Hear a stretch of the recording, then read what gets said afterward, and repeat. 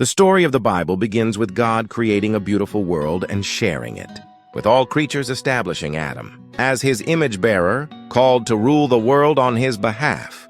God grants humanity his wisdom and life, but forbids them from eating the fruit of one particular tree, warning that they will surely die if they do. In other words, they get to choose how they will rule alongside God. Sounds a bit like a test, doesn't it? Exactly, it was a test. But isn't it a little harsh for God to test human beings? Well, not all tests are bad. Imagine a king wanting to entrust you with an important mission to see if you can be trusted. That's a test, sure, but it also feels like an opportunity to do something meaningful and noble. True. But now imagine there's a rebel who hates you, trying to convince you to reject that mission, claiming you'd be better off without it. That's not a test anymore. That's a trap. Exactly. A test can be an opportunity or a trap, and the difference comes down to one thing: whether the one testing you truly has your best interest at heart. I see. And both kinds of tests show up right at the beginning of the Bible. God tells humanity they may eat from the tree of life, but not from the forbidden tree. Right, God is testing their faithfulness. He wants humanity to rule the world as his partners, and that means trusting his wisdom over their own. But then a rebel appears and tempts them to eat from the forbidden tree. Exactly.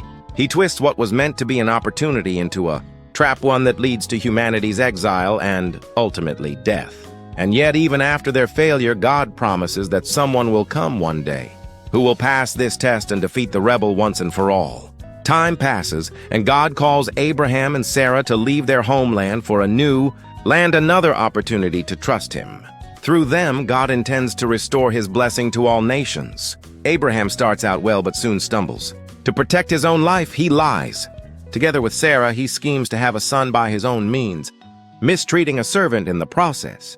He fails the test. Even so, God doesn't give up on Abraham. He gives him one final opportunity to prove his faithfulness, commanding him to go up the mountain and offer his own son as a burnt offering. It's hard to imagine a harder test than that. Abraham obeys, but at the very last moment, God stops him and provides a substitute in the son's place.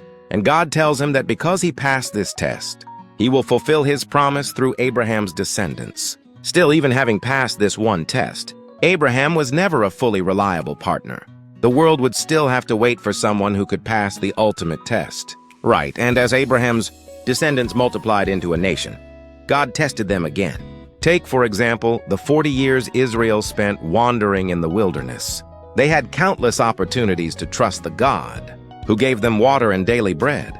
Instead, they blamed him, even accusing him of leading them into the wilderness only to kill them. The rest of Israel's story in the Old Testament follows the same pattern. They fail to trust God or his promises. They remain unfaithful, and eventually the entire nation falls. Humanity is given an incredible opportunity to partner with God, yet not a single person proves qualified. So all of these stories point forward to one person, Jesus. One day, Jesus goes into the wilderness and fasts for 40 days and nights. Into the wilderness again. And there, he faces a malicious enemy determined to trap him. But Jesus trusts God's wisdom completely, and he passes the test. Later, Jesus goes to pray with his disciples. God's will is for him to go to Jerusalem and lay down his life, and Jesus submits to that will. On the night he is betrayed, he brings his disciples to a garden and warns them that a great test is coming, urging them to pray.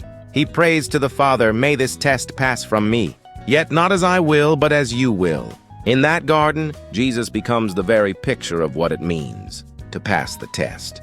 He trusted God's wisdom, loved others above himself, and overcame evil with good all the way to death. Jesus offered his own life as a sacrifice for every test that Israel and all of humanity had failed. He passed the ultimate test on our behalf. That's remarkable. But it doesn't mean every problem in our lives simply disappears. We still face tests of our own every single day, don't we? We do. Jesus said his followers in every generation would face their own tests, each one an invitation to trust God in new and deeper ways. These tests are difficult, and they require enduring real pain. But remember, a test given by a good God is always an opportunity. That's why James, an early Christian leader, wrote that when we face trials, we should count them as pure joy because they are opportunities to submit to God's wisdom and become more like Jesus, the one who loved us enough to pass the test in our place.